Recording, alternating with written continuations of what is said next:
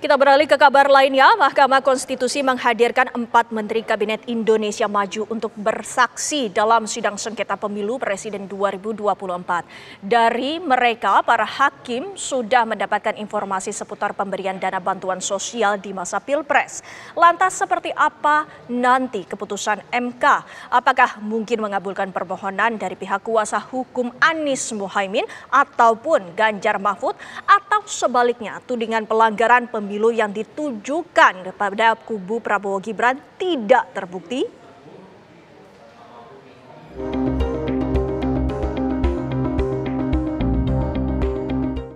Mahkamah Konstitusi MK memanggil 4 Menteri Kabinet Indonesia Maju sebagai saksi dalam persidangan pada Jumat 5 April lalu. Mereka adalah Menko Pembangunan Manusia dan Kebudayaan Muhadjir Effendi, Menko Perekonomian Erlangga Hartarto, Menteri Keuangan Sri Mulyani, dan Menteri Sosial Tri Risma hari ini.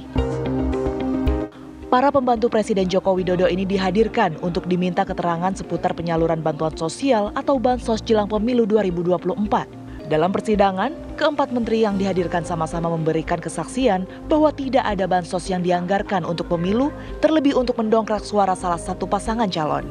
Menko PMK Muhadjir Effendi menegaskan penyaluran bansos sudah memiliki regulasi di mana kementeriannya berkoordinasi dengan lintas kementerian yang ada. Mengenai keterlibatan kami dalam penyaluran bantuan sosial maupun penyaluran bantuan pangan beras CPB adalah sesuai dengan tugas Kemenko PMK yang diatur dalam Perpres nomor 35 tahun 2020, yaitu melakukan koordinasi, sinkronisasi, dan pengendalian penyelenggaraan pemerintahan di bidang pembangunan manusia dan kebudayaan. Menteri Keuangan Sri Mulyani memaparkan secara detail bahwa mekanisme automatic adjustment tidak dipakai untuk membiayai bansos. Yang menarik perhatian publik nampaknya hanya yang tanggal 29 Desember 2023 karena memang sudah mulai hawa pemilu. Tapi sebetulnya dari tahun 22 kami selalu melakukan automatic adjustment. Apakah automatic adjustment dipakai untuk membiayai bansos? Tidak. Karena bansos dan perlinsos sudah dianggarkan di APBN, baik di bagian anggaran kementerian masing-masing, tadi dari Kemendikbud, Kementerian Agama, Kementerian Kesehatan, Kementerian Sosial, dan yang lainnya, maupun di bagian anggaran Bendahara Umum Negara. Sementara itu, Menko Perekonomian Erlangga Hartarto menjawab soal bantuan pangan yang merupakan instrumen stabilisasi harga. Bantuan pangan adalah instrumen stabilisasi harga, jadi justru sebaliknya. Dengan adanya bantuan pangan kita berharap stabilisasi harga. Dari penelitian di lapangan, 10 kilo itu setara dengan kebutuhan masyarakat sekitar sepertiga dari kebutuhan. Rata-rata kebutuhannya 20-25 kilo per bulan. Nah, tentu ini akan sangat membantu, dan pemerintah juga melakukan stabilisasi pasokan harga pangan ataupun SPHP dengan operasi di pasar melalui Perum Bulog, dan itu untuk menjaga harga daripada beras. Begitu juga Kementerian Sosial yang membeberkan penyaluran bansos yang tidak dalam bentuk barang melainkan 100% cash transfer. Di Kementerian Sosial itu bentuknya cash transfer. Jadi tidak ada dalam bentuk natura atau barang. Jadi semua transfer ke rekening penerima manfaat 100%. Kecuali respon kasus. Jadi ada yang sakit, ada yang disabilitas, butuh bantuan, dan itu dia belum menerima bantuan sama sekali, baru kita bentukkan macam-macam. Mungkin nanti bisa saya tunjukkan foto. Tim kuasa hukum dari kubu Prabowo Gibran optimis dengan kesaksian keempat menteri yang membuktikan waktu bansos memang sesuai anggaran dan peruntukan. Hari ini jelas sekali Menteri Keuangan, 2 Menko dan Menteri Sosial mengungkapkan bahwa tidak ada penyalahgunaan bansos seperti yang selama ini dikemukakan dan didalilkan oleh kedua pemohon di dalam persidangan. Ibu Risma yang hadir pada hari ini tegas-tegas mengatakan tidak ada bantuan yang bersifat langsung. Semua adalah bantuan dalam bentuk transfer melalui bank, baik disampaikan melalui elektronis melalui bank maupun dikirimkan melalui kantor pos yang ada di daerah-daerah. Namun tim kuasa hukum pihak 01 dan 03 merasa ada banyak hal yang tak terjawab seputar bansos ini. Mereka mempertanyakan bantuan yang pernah diberikan 2 orang menteri jelang pemilu yang bisa dibuktikan lewat video. Sehingga menurut mereka, jelas bansos yang disalurkan mengatasnamakan suatu kelompok untuk mendongkrak perolehan suara. Membagi-bagikan bansos dan mengatribusikan bansos itu pada Jokowi. Dan oleh sebab itu, mesti memilih anak Jokowi. Mendak Zulkifli Hasan melakukan hal yang sama. Mengatakan bansos itu dari Jokowi, dan karena itu kita mesti berterima kasih kepada Gibran. Nah, itu memori kolektif kita tidak bisa dihilangkan. Itu rekam jejak digital. Sekarang masing-masing kubu optimis memenangkan putusan MK. Kubu 01 dan 03 yakin ada pelanggaran sehingga perlu ada pemilu ulang. Sementara kubu 02 juga percaya bahwa kesaksian dari keempat menteri Jumat lalu telah mematahkan isu kecurangan pemilu 2024. Lalu, seperti apa keputusan MK nanti? Tanggal 22 April tentunya akan jadi tanggal penentu. Apakah pasangan Prabowo Gibran memang menang atas 2 paslon lainnya atau memang butuh pemilu ulang?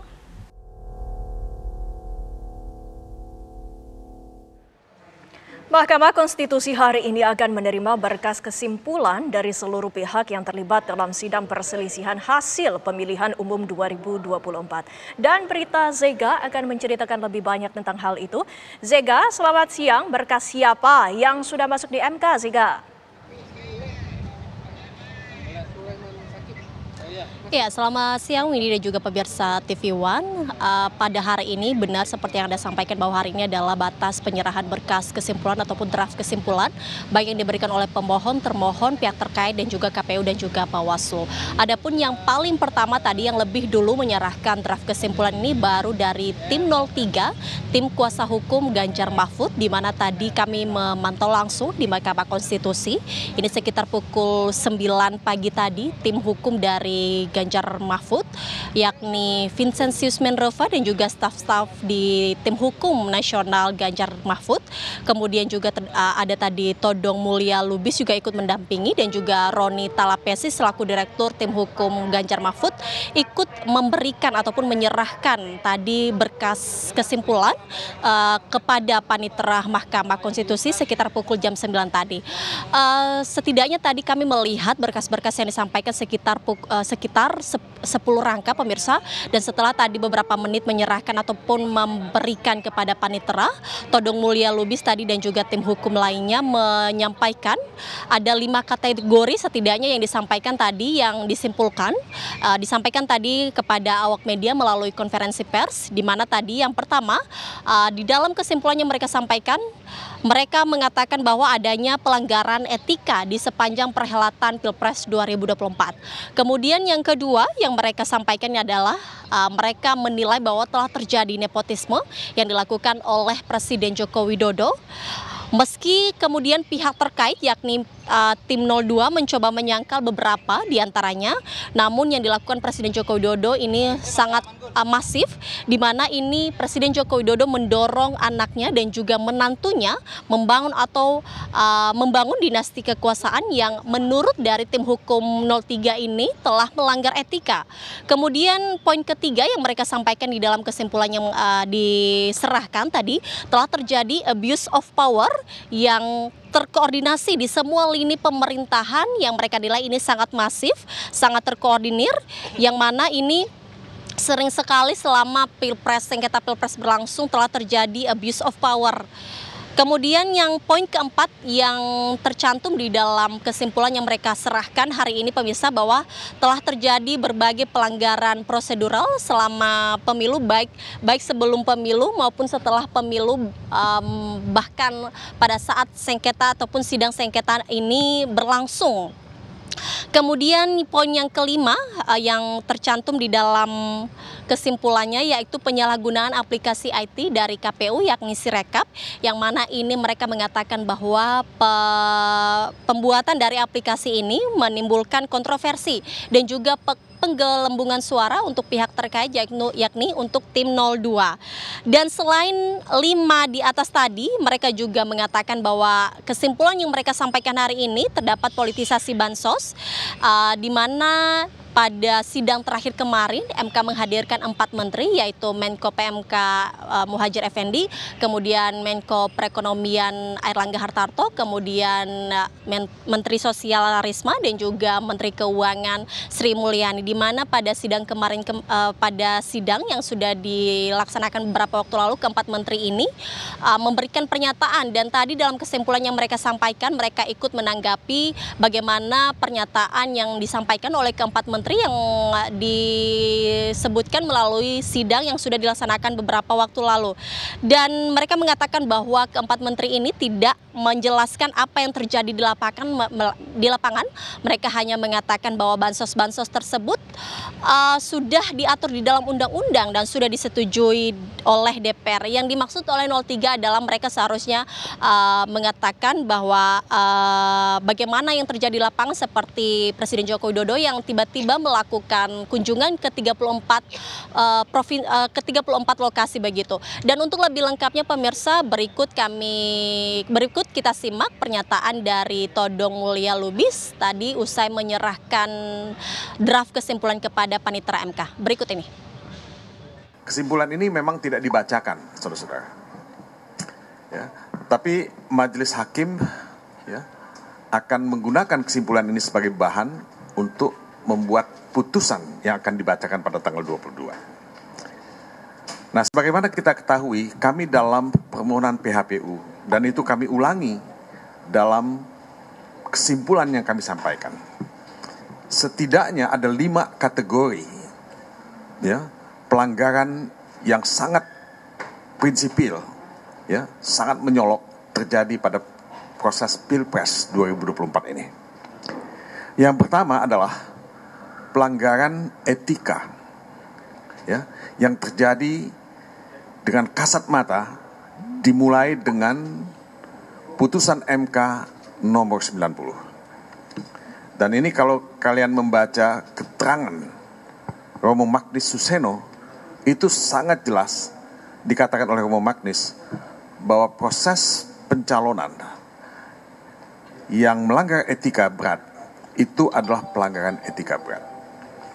Ini statement dari Romo Magnis Suseno. Ya.